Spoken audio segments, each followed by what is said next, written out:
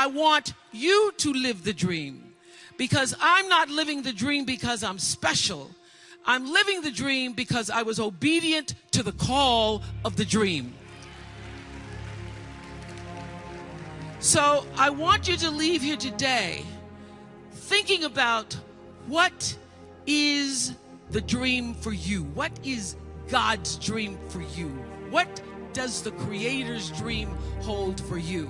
So often we spend our lives wishing and hoping and hoping and wishing and desiring things. This is what I know for sure. You don't get what you wish for. You don't even get what you hope for. You get what you believe. So what is it you believe and know to be God's dream for you?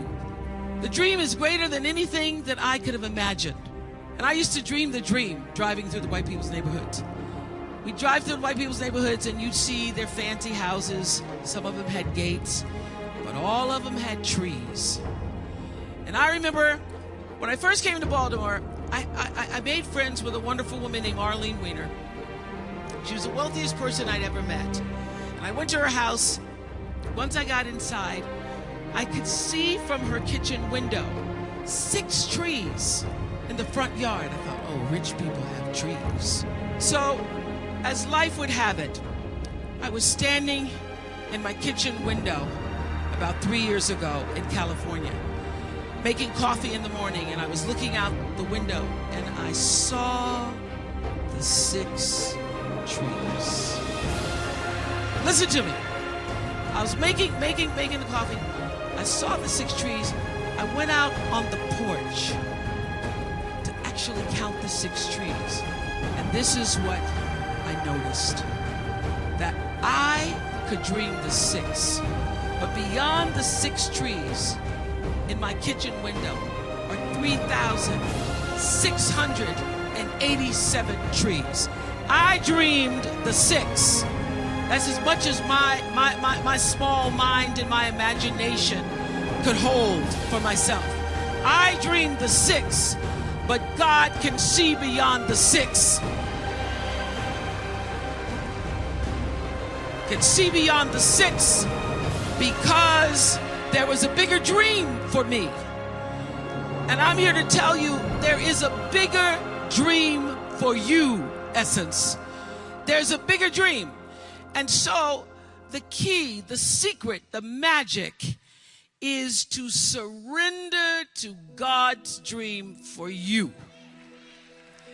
To quit fighting against and pushing against and disallowing against and resisting against and trying to tell the Creator, the universal forces, divine intelligence what you are supposed to do, and get still and know for sure what His dream, the dream, is for you.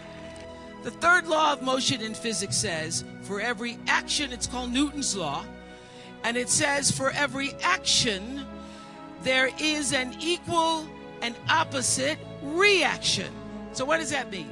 That means everything that you are putting out into the world, every action, bam, there is an equal and opposite reaction. It means no matter what you do, the energy of what you do, what you say, and most important, the energy of who you are is going out into the world, into your home, into your relationships, and that energy is always coming back to you. You are responsible for the energy that you are pulling out into the world, because that very energy, bam, is coming right back to you every single time, whether you believe it or not, because it is law. It is law. It is law that what you put out into the world is coming back. Before you even think about a thing, you have an intention for the thing. And that the intention is going to determine the outcome. That's why the same people can go to the same church service and somebody walk down the aisle just to be seen to put some money in the church, and somebody else who just goes and just has a little bit to offer. The intention with which you give, the intention with which you serve, determines the outcome. So I use this principle of intention for everything. I don't do anything without thinking about what is the real reason, what is the real motivation, what is the energy of my intention that's going to go into my thoughts and action and then be returned back to me. And I've used that principle for every area of my life.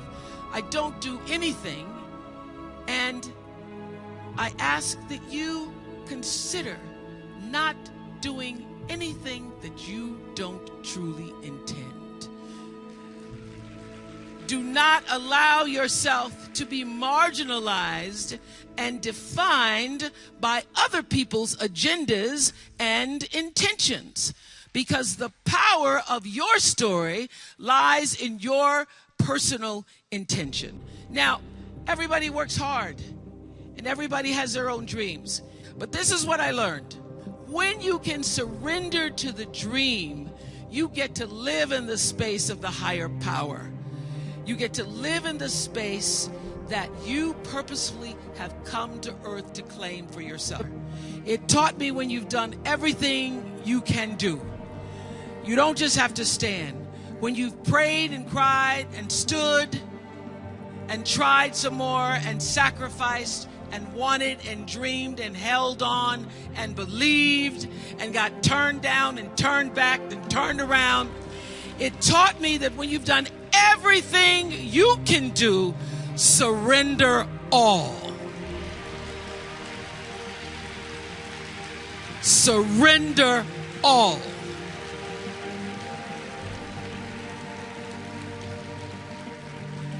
Because there's a bigger dream. There's a bigger dream waiting for you, just waiting for you to step into it. To step into it. Your life is big. Your life is huge. And we spend so much time wanting to be in somebody else's life.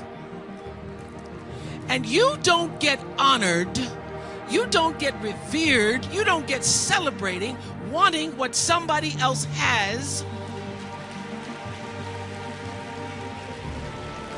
And you get no credit messing in somebody else's territory. Or trying to have power over something you have no control. Another one of my favorite teachings is The Wizard of Oz. When the Wicked Witch of the West says, go away from here because you don't have any power here, you have no power in any territory other than your own. Oh, but you are the master of that. You get to be the master of your own fate. You get to be the captain of your own soul. And if you just manage that, if you just took care of your territory, oh, the glorious, glorious, glorious, wondrous, wondrous opportunities and possibilities that are waiting for you. So the question is, what are you resisting? What are you pushing against? What are you not allowing? What are you blocking? Because you have this idea of who and what you're supposed to be, instead of leaning into the dream that's already been created and waiting for you.